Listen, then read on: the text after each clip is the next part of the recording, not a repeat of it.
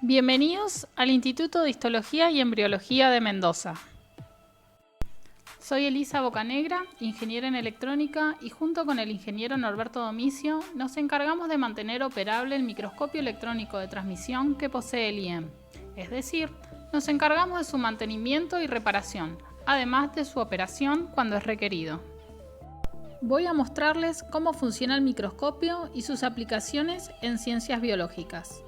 El microscopio instalado en el IEM es un Zeiss EM900.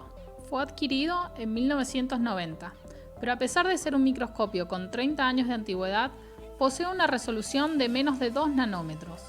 Y con la incorporación de una cámara digital en el año 2014, podemos obtener muy buenas imágenes.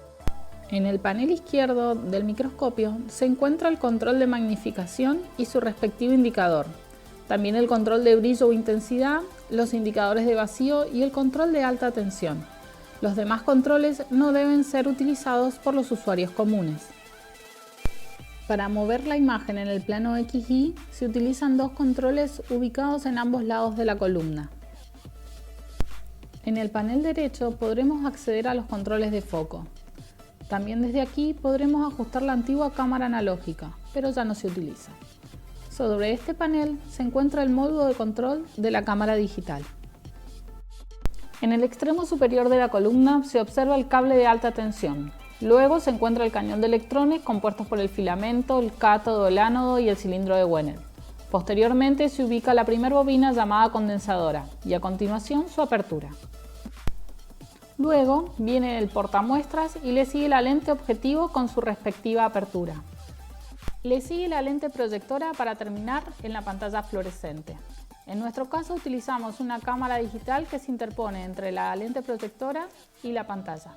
Justo debajo de la pantalla fluorescente se encuentra la cámara analógica. También podríamos haber optado por colocar una cámara digital allí, pero el costo de esta cámara es el doble de la que hemos adquirido.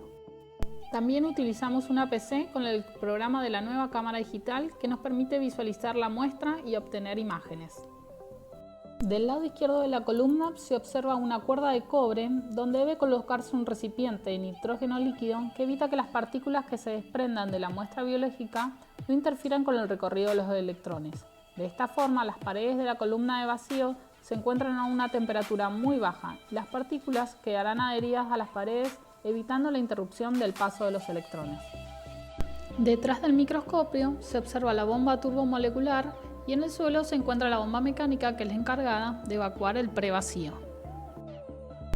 El tubo de nitrógeno gas se utiliza para ventilar, es decir, en lugar de ingresar el aire al ambiente ventilamos con nitrógeno gas que es más limpio.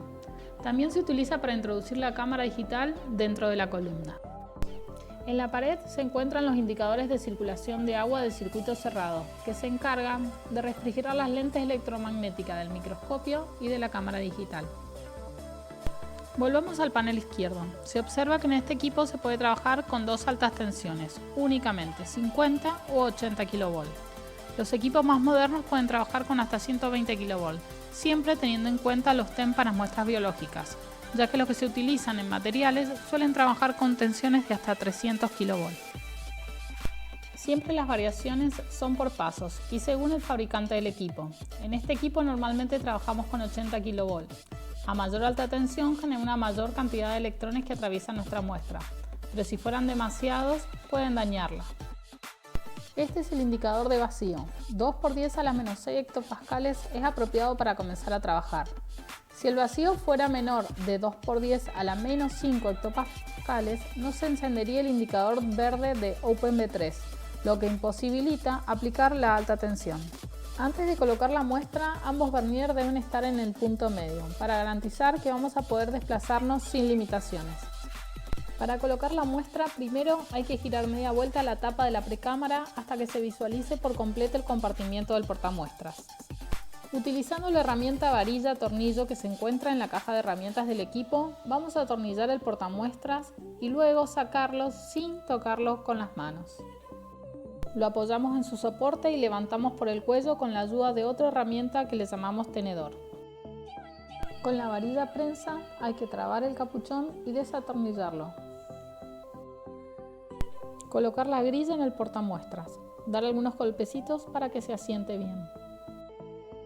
Volvemos a atornillar el capuchón y llevamos el portamuestras hacia la precámara, tomándolo con la varilla tornillo y lo instalamos cuidando que coincida el surco, inclinándolo levemente hacia la derecha. Desatornillamos la varilla de tornillo y cerramos la precámara. Luego ventilamos la precámara e introducimos la muestra dentro de la columna. Este procedimiento requiere algunos pasos específicos. Al ingresar el portamuestras a la columna es posible que se pierda un poco de vacío, por lo que habrá que esperar que se recupere, es decir, esperar hasta que el display indique 9×10⁶ o mayor y la luz de OpenV3 esté encendida.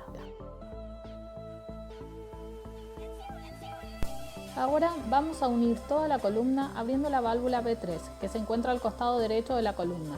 Se apagará la luz verde de OpenV3 y se encenderá la luz verde de la tecla BIM, que indican que ya se habilitó la alta tensión.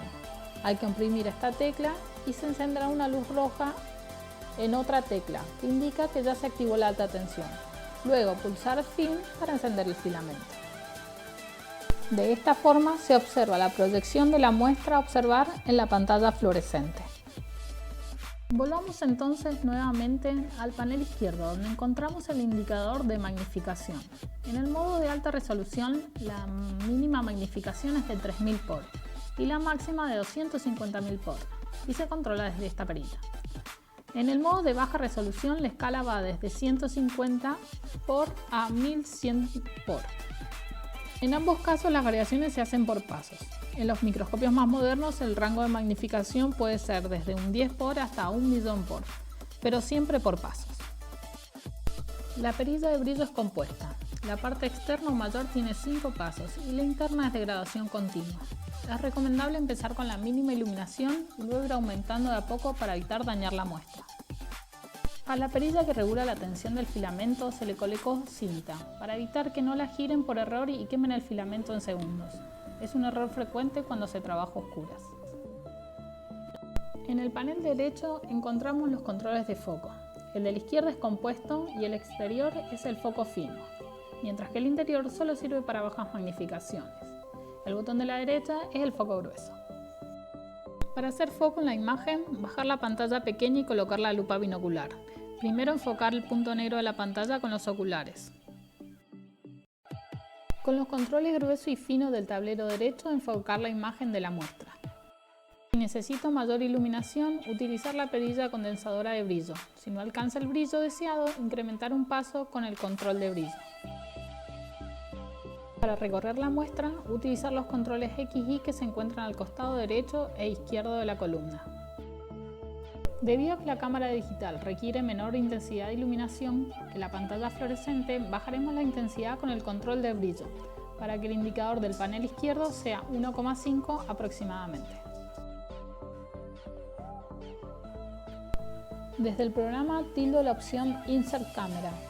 Veremos cómo se introduce la cámara dentro de la columna. Luego tildo Start Acquired y preguntará la magnificación. Hay que colocar lo que indica el display en el microscopio. De esta forma, cuando aparece la muestra en la pantalla, se observa que la escala corresponde a la magnificación real. Utilizo los controles X y Y para recorrer toda la muestra y hasta encontrar el área deseada.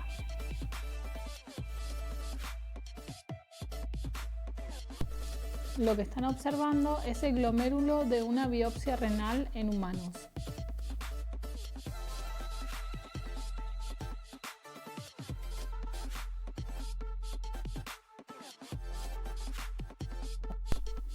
Observamos cómo al disminuir el control de brillo, la imagen se va a ver muy ruidosa.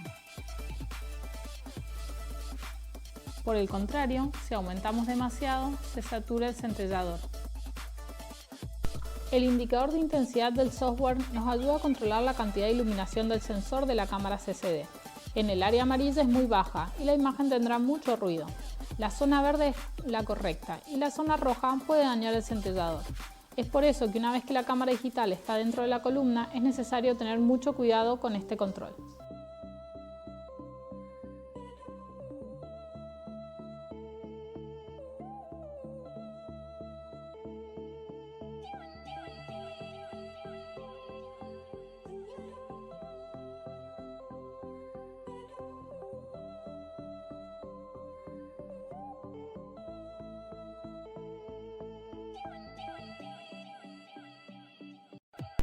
El software tiene una función que facilita enfocar, realizando un alto contraste en una zona de nuestra elección.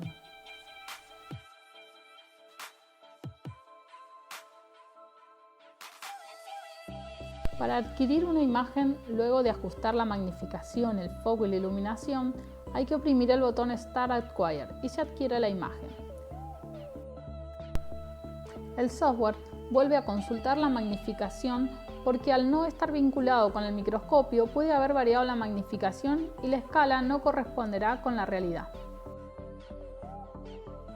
Una vez tomada la imagen, puedo ajustar el brillo, el contraste, hacer mediciones, mover la escala, editar la escala o simplemente eliminarla. Y después puedo guardarla.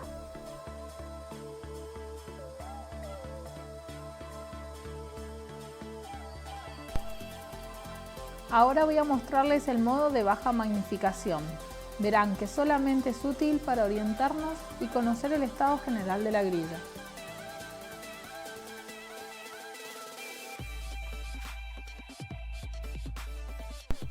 Para pasar de 3000 por a 1100 por es necesario retirar la apertura de objetivo.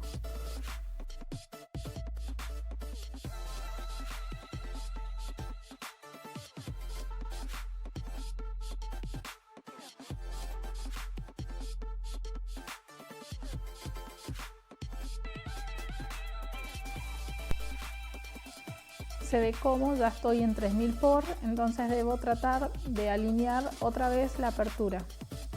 Ahí se ve como la apertura está descentrada y con los controles, que son muy sensibles, hay que ir centrándola.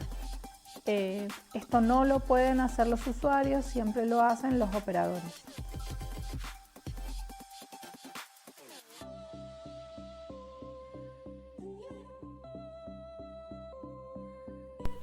La mayoría de los usuarios regulares del IEM saben operar el equipo y solo nos consultan por algún problema. Es bastante sencillo de operar, pero siempre debe tenerse mucho cuidado porque son instrumentos con muchos años de uso y que ya no reciben apoyo por parte del fabricante.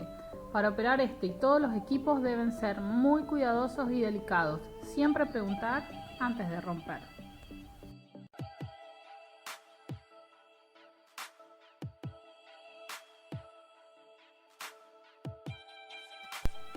Si deseo disminuir la magnificación, primero debo bajar el brillo para evitar saturación en el centellador.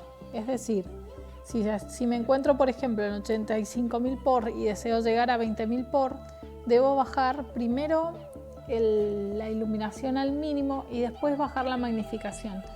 De esa forma evitaré esa saturación del centellador para no romperlo.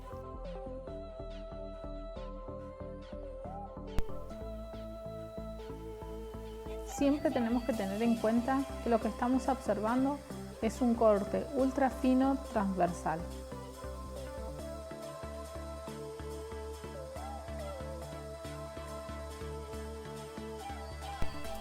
Siempre que utilicen un microscopio por primera vez, tienen que tener una cierta idea de cómo debe verse o qué están buscando. Es muy fácil perderse y confundirse.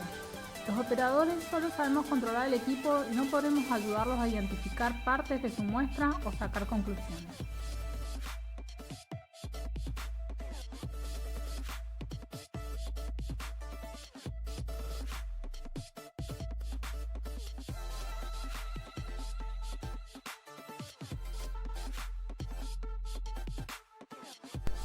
Deben tener en cuenta que si solamente necesitan tomar una imagen, su muestra puede ser preparada por el servicio y podemos operar el equipo de forma remota a través de TeamViewer. Es decir, envían la muestra, se prepara, nos conectamos y nos van diciendo qué quieren fotografiar.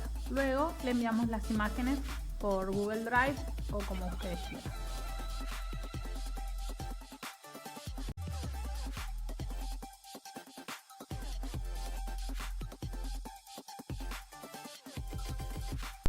Las funciones del microscopio que les he mostrado se encuentran en todos los microscopios electrónicos, pero en los nuevos ya no son perillas, sino que se opera desde el software.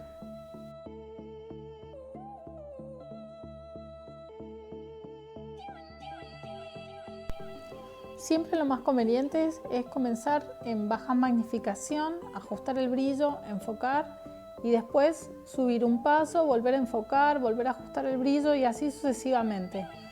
De esta forma es mucho más fácil obtener buenos resultados.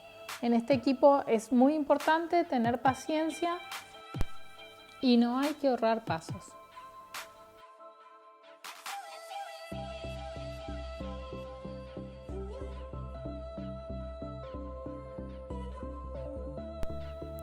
Vamos a mostrar unas imágenes tomadas a 250.000 por, es decir, la máxima magnificación que puede alcanzar el equipo, para demostrar la resolución que podemos alcanzar.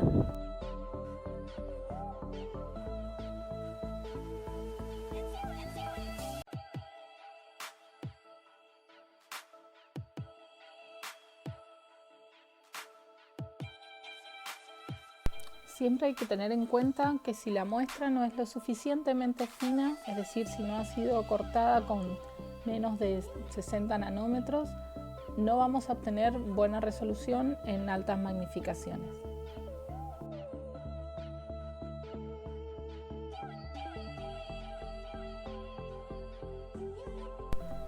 Ahora les voy a mostrar algunas imágenes que han sido tomadas en este microscopio.